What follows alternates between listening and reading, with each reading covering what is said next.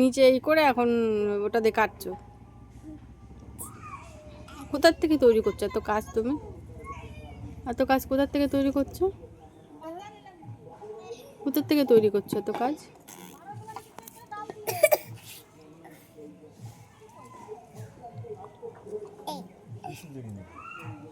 কি